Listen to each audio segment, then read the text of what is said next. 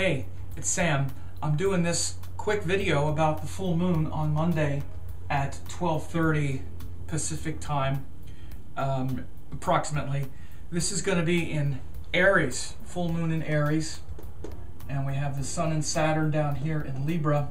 Venus is in Virgo, Mars, Rahu, Mercury in Scorpio, Jupiter's retrograde in Taurus with the South Node, Ketu. So this, I should have written this, the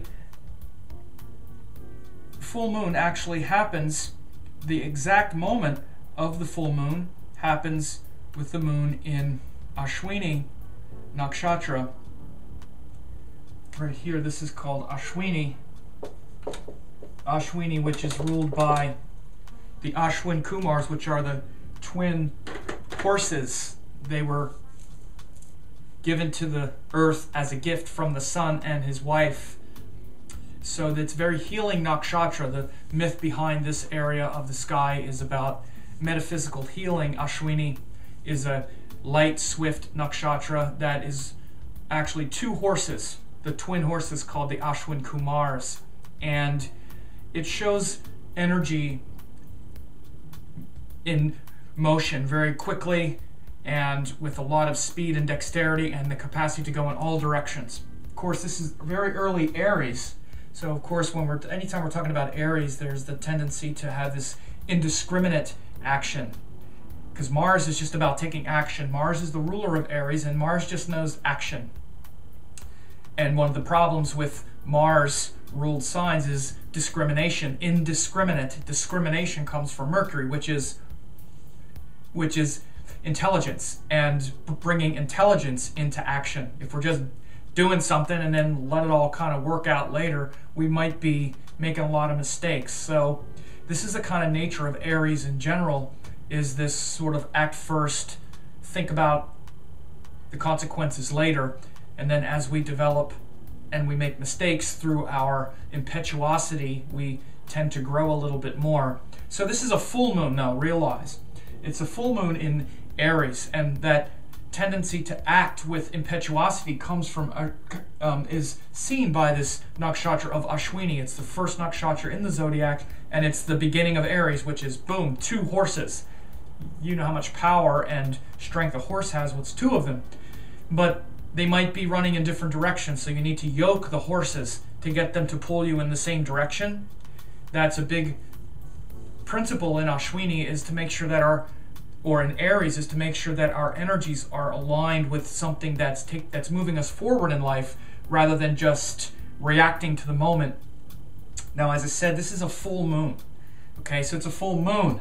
So one of the things I hear people say a lot is, you can't really ascribe a lot of actions to the full moon because it's the halfway point of the sun cycle. So the karmas and the largest sphere of action right now has more to do with Libra, Virgo, Libra, because the actual new moon was at the very edge of Virgo, but then the sun went into Libra very quickly. So more than anything right now, we're working on Libra activities. And the moon provides a psychological, mental balancing point, a contrast to the sun cycle. This is what happens. So we're actually more working on Libra principles now, which is about yielding to the other person and trying to accommodate others, and the capacity to compromise and to maintain balance and a harmonious interaction with others who have mutual needs and desires like we do. So the tendency in Libra is to compromise. The problem with Libra often is that we compromise first and then condition other people through our compromise to think that we're like okay with something, and then later, after that wears down, the opposite point of Libra comes in, which is Aries, which is where we fight to reclaim our territory. You can understand it easily in romantic relationships, because when we start to get that boon from Venus, that gift from Venus that comes from relationships, and we feel that loving interaction with another person, we want to keep feeling that. And the easiest way to keep feeling that is to keep compromising with the other person. Well, it's not that important. okay, okay, okay. But then if we're compromising on things that are really kind of no compromise zones, it's only a matter of time before the Aries principle asserts itself. And then all of a sudden it looks like, overnight they changed. This never bothered you before. Why all of a sudden does it bother you that I snort cocaine or whatever? Why all of a sudden it bothers you that I'm that I drink or that I do this or that? It never bothered you before. But actually, if we're compromising on things that are no compromise zones from the beginning, then this reaction is harsh. So as we get mature with relationships, we realize we're not doing anyone a service if we're compromising on things that we're later going to want to reclaim. So it's this delicate balance between our non-negotiables and the things that we can negotiate. Because when we get in a relationship, not just romantically, with other people in general, we try to please them because this is what other people do. They pull us out of ourselves. And we know that the fast track to happiness is compromise. It's easier to just compromise because that's the easiest way to be happy right now. There's this whole thing, you can be right or you can be happy. And it really makes a bias toward, well, of course I want to be happy because being right is just the ego. Well, okay, sort of. It depends on what we're talking about, because certain things, we have a quality of righteousness. We have a sense of righteousness and purpose. And that's what Mars is about. That's what Mars defends. That's what our actions are. Our actions are an aggregate of what we think is right. Stated simply, that's what our actions are. They're not just some random thing. When we defend what we think is right, or when we do something, the reason why we defend it is because it's an amalgam of what we think is right. I don't say, okay, now I'm going to do the wrong thing. Every time we do something, we think it's the right thing. That's why the fastest way to get an argument is to tell somebody they did the wrong thing, because then Mars comes out and defends it. So our principles and being right, we have a lot invested in that, a lot of survival invested in it. So this balance between being happy and being right is the big kind of Libra Aries principle. And it's tricky. So this is the big stuff that we're working on, really, and not just romantically, but also in business relationships and stuff. Anytime you have two adults who have a mutual desire for the same outcome, you have Libra. Actually, it's really Venus energy. Then if there are planets in Libra, then that's getting activated, but it's actually Venus that is the karaka, or the indicator of that dynamic. The dynamic of two adults, not a parent and a child, or a teacher and a student, but two adults, two equals, who have mutual desires that they want to fulfill with each other. That's Venus. And so there's a lot of themes happening right now around this whole area of life, because we're working with this is where the sun, which is our personal power and personal strength, is at its lowest. And we say, the sun is debilitated there, which sounds like it's a judgment. It's not. It just means that energy is in a place where it operates with the least amount of confidence. And of course, that doesn't often feel so good, so we can be lacking confidence. And of course, when we lack confidence, the first thing we do is we compromise, say, okay, you do it. But that only lasts for a while, because the Aries principle is still there. So in the midst of that sort of idea, this is what the full moon is about. It's about bringing a point of contrast, a point of balance to it. And I'm not just saying balance because it's Libra. It is a point of contrast because the sun is here, the moon is there, so they're opposite each other. So we're working on the Libra principle of how much we can accomplish through compromise and through consensus. But within that, we need to maintain and remember the psychological awareness of our own needs and realize, you know what? This is too far. I can assert myself and insert my emotional needs into this. So that's what we will. This is the harmonizing point of the Libra cycle. The action of Libra must be harmonized with the feeling of Aries. And you can use this phrase really kind of everywhere. The action of Virgo must be harmonized with the feeling of Pisces, and vice versa as well. But when we're in this cycle, wherever the sun is the action, that activity must be harmonized with this consciousness. The sun must be harmonized with the moon to integrate. Sun and moon are the two archetypal forces of masculine and feminine, you might say that the moon is like the shadow quality of the wherever the sun sign is. The moon, when it goes into the opposite, it's like that shadow, that unintegrated part, that least integrated part. So the least integrated part of Libra is Aries, where we're totally about our own needs. That's it. Totally about my own needs. That's Libra. I'm sorry, that's Aries. And that needs to be harmonized with Libra, which is totally about your needs. Both of them are extremes. So that rhythm of opposites is what comes to the foreground in the full and new moons. So in the new moon, they're concentrated around that one principle. So we also now have that the sun is with exalted Saturn, so there's a lot of several pretty strong hits to our confidence right now. So we might really be feeling kind of weak personally. So the creative way to deal with this is to be willing to serve things higher than you. It doesn't have to mean like your relationship partner. It's social causes. It's in service to, even work and ideas and concepts that are bigger than just your own glory. And they're willing to make a commitment to it and work hard for it, which is Saturn, and not give up because it's difficult or because you don't feel good about it. So there's a lot of powerful work that can be happening around that right now with both Sun and Saturn in Libra. But so this full moon is where we're getting that point of contrast through the sign of Aries and the need to honor our own emotional needs. Emotional needs, Aries.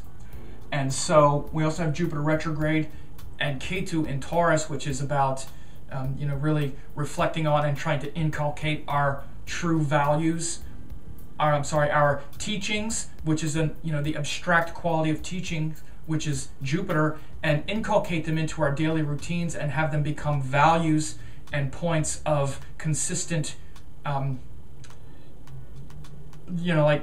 that's brought into our environment like every day, which is what Taurus is about. So bringing those abstract principles into our daily life, into our habits and routines, and even in like the clothes we wear, the food we eat, have all of our choices and external environment reflect our inner beliefs, because there's often a big disconnect between what we believe and what we're actually doing and putting into practice. So these are big lessons right now with Jupiter going through Taurus.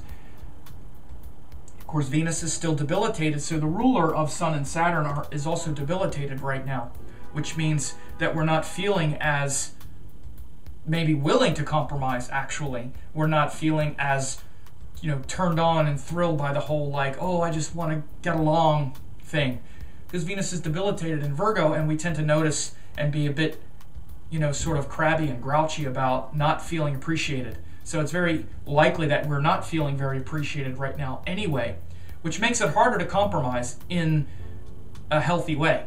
When we're not feeling appreciated, if we're compromising, it's only going to feel like we're doing it because we're not feeling powerful.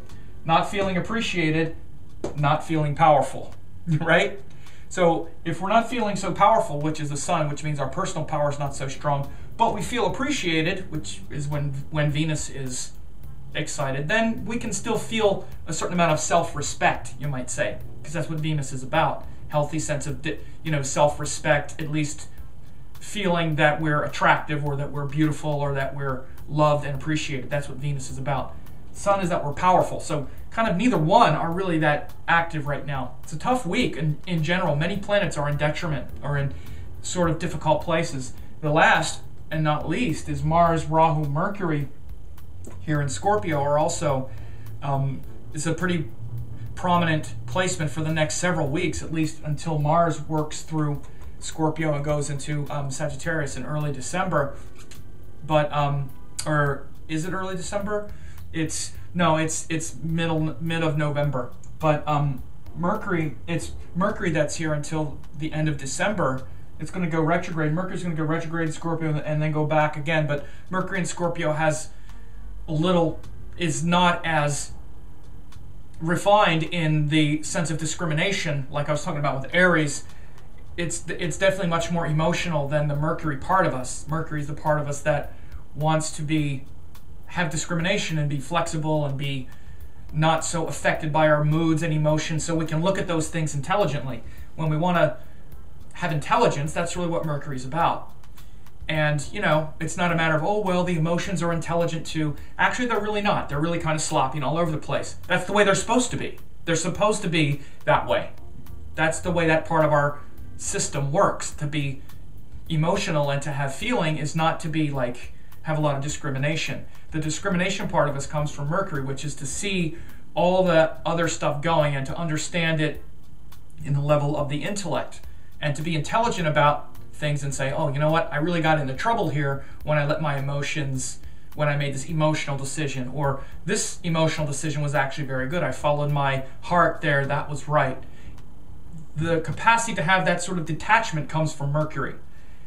Being very practical as ruling an earth sign, and being intellectual and fast as ruling an air sign. When he's in water, it's much more emotional, and we speak from a place of emotion, like emotional speaking, where we get emotionally flustered and then we start talking, or we get things confused. Plus he's joined Rahu, which tends to distort things and exaggerate. Scorpio also tends to do that. So you want to be careful for, literally, and off and on for the next few months. Mercury's about to go retrograde in Scorpio also.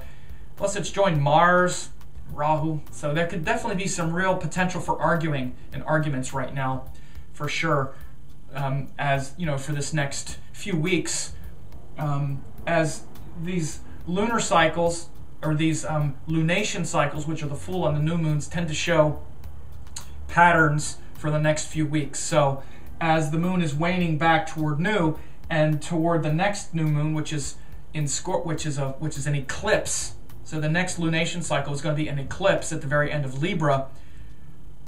You want to be careful with your communications and things like that, and know that you might be feeling a lack of vitality and lack of confidence, not feeling appreciated, and try to be a big boy and a big girl about it, rather than get upset and angry at others about it. I'll try to. We'll all try. So I hope this was helpful, and if you want to hear how this plays out for your sign, you can join my membership site and hear this forecast for your sign and all the other 12 signs, or all the other 11 signs as well. I have many members that get these forecasts every week. You get 4 forecasts per week, where I do comprehensive forecasts every week. I talk about the moon sign, nakshatra, lunar phase, aspects, do comprehensive forecasts every day, and you can get that too. You can try it for 2 weeks for free. Beyond that, let others know about this if this was helpful to you. Okay, have a good week.